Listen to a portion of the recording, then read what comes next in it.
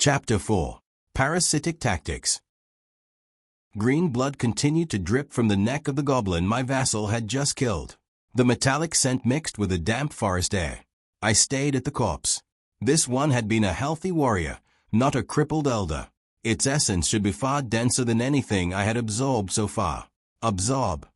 Hot, concentrated energy surged into my body.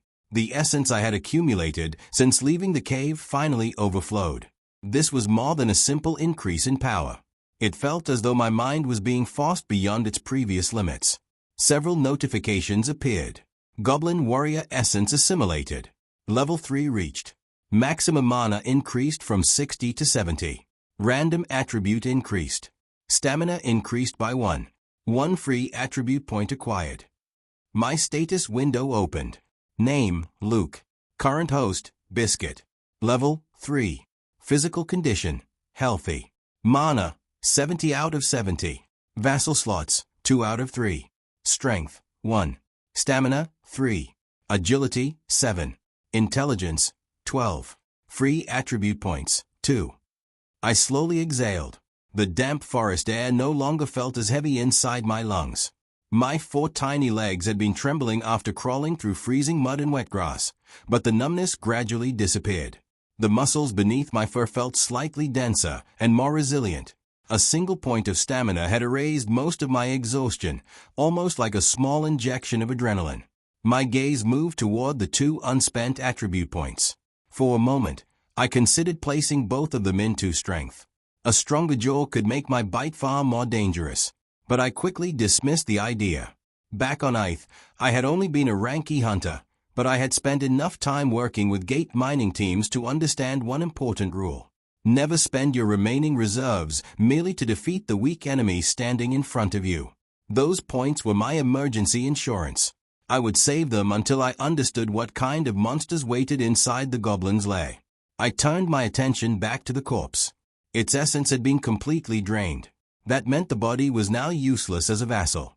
I had gained another empty slot, but I no longer had a warrior capable of filling it. Footsteps stopped farther along the trail. The main group was only about a dozen meters ahead. One of the 3 goblins at the front turned around. It released an irritated grunt toward the goblin guarding the prisoners in the middle. Graktha. The middle guard looked back in our direction. It shouted something in its harsh language, apparently ordering the missing rear guard to hurry. They had begun to notice that someone was missing. The middle guard snorted and turned around. With a rusted spear in hand, it began walking back along the trail, directly toward us. This was both an opportunity and a threat. The corpse beside me could no longer be raised as a decoy. All I had were the old goblin and the cave rat. If the approaching guard saw them standing over its dead companion, it would immediately scream. The 3 goblins ahead would come running. I had to kill it before it discovered the body. I pressed my stomach against the wet soil. For the first time since arriving in this dimension, I felt grateful to possess a body no larger than a ball. The thick grass completely concealed me. Through the mental link, I ordered both vassals to lower themselves.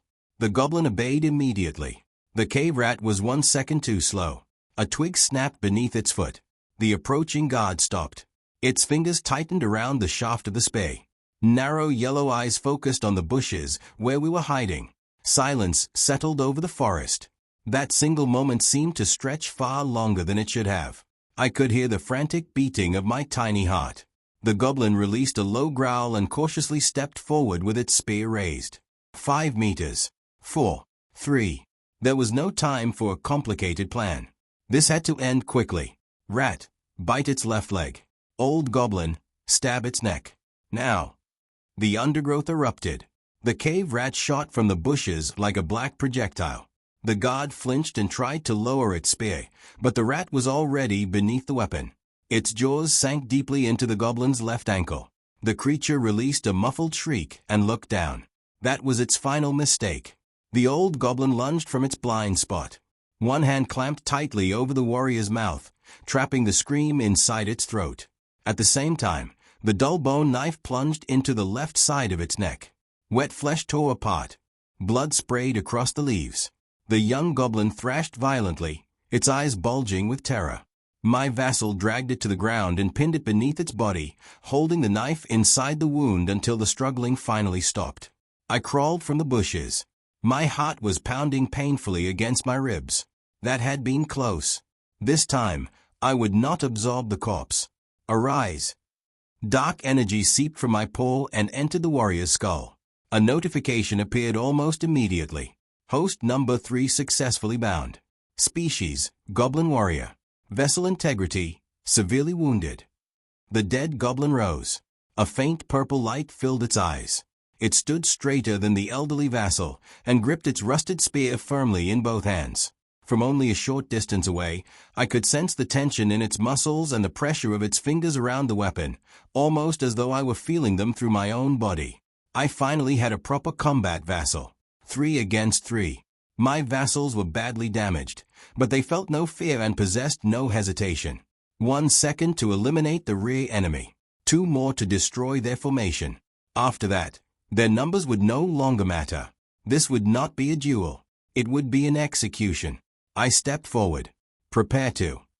My command stopped before it was complete. My oversized ears suddenly rose. They caught a harsh vibration moving through the air an instant before the sound reached us. A deep horn blast echoed across the forest. The note was long, rough, and powerful. Farther ahead, the 3 remaining goblins cheered in response. Movement appeared behind the dense foliage surrounding a massive banyan tree. 6 more green figures stepped onto the trail. 2 carried swords. The goblin at the front was larger than the others and wore a crude breastplate made from bone. Judging from its position and equipment, it appeared to be their leader. The 3 goblins guarding the prisoners joined the new patrol. There were no longer 3 enemies. There were 9. The fur across my back stood rigid. Every muscle in this tiny body trembled, instinctively rejecting the idea of moving forward. Fall back. Into the bushes. Do not make a sound. All 3 vassals lowered themselves at once. They slowly retreated into the shadows of the undergrowth with me. I watched as the 2 groups merged into a single squad.